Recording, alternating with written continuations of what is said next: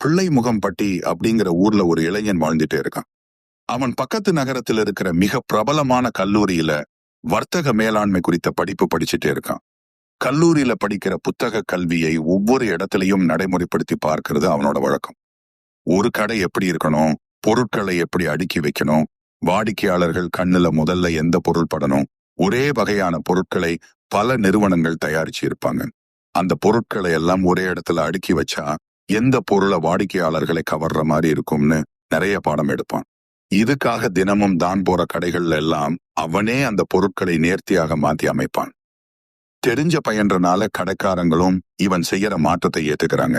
சில சமயம் அவன் மாற்றி அமைக்கிற விஷயங்களும் நல்லா இருந்தது, அதனால இவங்க மறுப்பு சொல்றதில்ல. இதுக்காக அவனுக்கு ஏதாவது சலுகை செய்ய நினைச்சாலும் அந்த பையன் ஏத்துக்கிறது இல்ல. அதனால அவன் மேல அந்த பகுதியில் இருக்கிற கடைக்காரங்களுக்கு நல்ல மதிப்பு இருந்தது. இவன் கூட வர்ற கல்லூரி நண்பர்கள் சில நேரம் இவனை செல்லமா கோவிச்சுக்குவாங்க. ஏன்டா பிச்சுமணி, ஏன் இப்படி ஒவ்வொரு கடையிலயும் சம்பளம் வாங்காத வேலைக்காரனா இருந்துட்டு இருக்கேன்னு சொல்லுவாங்க.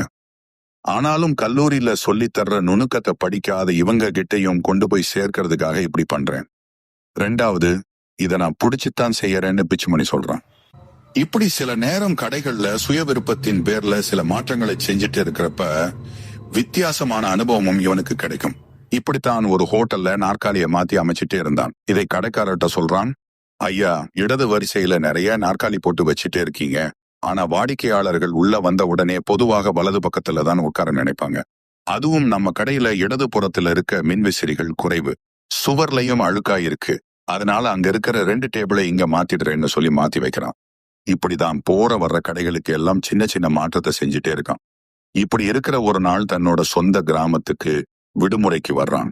பக்கத்துல இருக்கிற டீ கடைக்கு போறான். அந்த கடை அவனோட சின்ன வயசுல இருந்து அங்கதான் இருக்கு. அந்த கடையில இன்னைக்கு வரைக்கும் பெருசா எந்த மாற்றமும் இல்ல. அவர்தான் இங்க முதலாளி, தொழிலாளி எல்லாம். பல வருஷமா இங்க கடை வச்சிருக்கிறனால சுத்தி இருக்கிற கிராமம் வரைக்கும் இவரை எல்லாருக்கும் தெரியும். இந்த நிலையில பிச்சுமணி இங்க கடைக்கு வந்து உட்கார்றான். டீ போட சொல்றான். கடை முதலாளியும் டீ போடுறதுக்காக பாலை காய்ச்சிட்டே இருக்காரு. அப்போ பிச்சுமணி கடைக்காரரை பார்த்து, என்னன்னே ஊர் உலகம் எல்லாம் எவ்வளவு மாறிடுச்சு, இன்னமும் கடையை அப்படியே வச்சு ஓட்டிட்டு இருக்கீங்களே அப்படிங்கிறான். அதுக்கு அந்த கடை உரிமையாளரும், என்ன தம்பி பண்றது, அப்படியே பழகிட்டேன்னு சொல்லிட்டு டீ போடுற வேலையில மும்முரமாயிடுறார். அப்ப பிச்சுமணி, அண்ணே, உங்க கடையில எந்த செலவும் இல்லாம சின்ன மாற்றம் செஞ்சா வியாபாரம் இன்னும் கூடும்னு சொல்லிட்டு ஒவ்வொரு கருத்தையும் சொல்ல ஆரம்பிக்கிறான். அண்ணே, நிறைய வடைகளை பார்வையா வச்சிருக்கீங்க. அதுல இனிப்பு வடையத்தான் முன்வரிசையில பளிச்சுன்னு தெரியற மாதிரி வைக்கணும். இனிப்பு தான் எல்லாருக்கும் பிடிக்கும். சின்ன குழந்தைகள் பார்த்ததும் ஆடம் பிடிச்சு கேட்பாங்க. கூட வர்ற பெரியவங்களால இதை தட்ட முடியாது. அப்புறம் அவங்களுக்கு தேவையான வடையையும் கேட்டு வாங்குவாங்க. சாக்லேட் மாதிரியான பொருட்களை கண்ணாடி ஜார்ல வைக்காம வெளியில கண்ணாடி ட்ரேல தெரியற மாதிரி தூக்கி வைங்க. கடை ஓரத்திலேயே வாடிக்கையாளர்களை உட்கார்ற முறைய மாத்துங்க. கடைக்குள்ள வர்ற மாதிரி அமைப்பை மாத்தி நிறைய பொருட்களை வைங்கன்னு சொல்றான். இவன் சொல்லி முடிச்சதும் கடைக்காரர் டீய அவனுக்கு கொடுக்கறாரு. அப்புறம் அவர் பிச்சுமணியை பார்த்து பேச ஆரம்பிக்கிறார். நீ சொல்றது சரிதான் தம்பி. நான் இங்க பல வருஷமா இருக்கிறதால கிராம மக்கள்கிட்ட சொந்தக்காரங்க மாதிரி பழகிட்டேன். இங்க இருக்கிற பலரும் வயசானவங்க. இதுல நிறைய பேருக்கு சர்க்கரை வியாதி இருக்கு. அதனால இனிப்பு சம்பந்தப்பட்ட எந்த பொருட்களையும் அதிகம் விற்கிறதும் இல்ல. அவங்க ஆசையை தூண்டுற மாதிரி முன்னாடி வைக்கிறதும் இல்ல. குழந்தைகள் ஏற்கனவே பாஸ்ட் புட்டா சாப்பிட்டு இருக்குங்க. அதனால பாரம்பரிய உணவுகளைத்தான் பளிச்சுன்னு தெரியற மாதிரி வச்சிருக்கேன். வசதி குறைவானவங்களா இருக்கிறனால அவங்க கடன்பட்டு பொருட்களை வாங்குற நிலைக்கு எந்த யுக்தியையும் செய்யறதில்ல.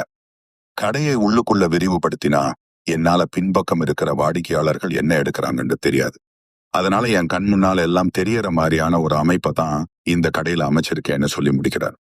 அப்புறம் கிராமமோ நகரமோ இதுதான் தம்பி, பளிச்சென்று தெரியற மாதிரி இருக்கணும்னு அந்த போர்டை காட்டுறார். பிச்சுமணி அவர் காட்டின போர்டை பார்க்கிறான். அதுல கடன் கிடையாது, கடன் உறவை முறிக்கும்னு எழுதியிருக்கு. இதையெல்லாம் கேட்டதும் பிச்சுமணிக்கு அதிர்ச்சி ஏற்படுது. இதுவரைக்கும் புஸ்தக கல்வியை வச்சு எல்லோருக்கும் புத்தி சொல்லிட்டு இருந்தோம், மாற்றங்களை செஞ்சோம்.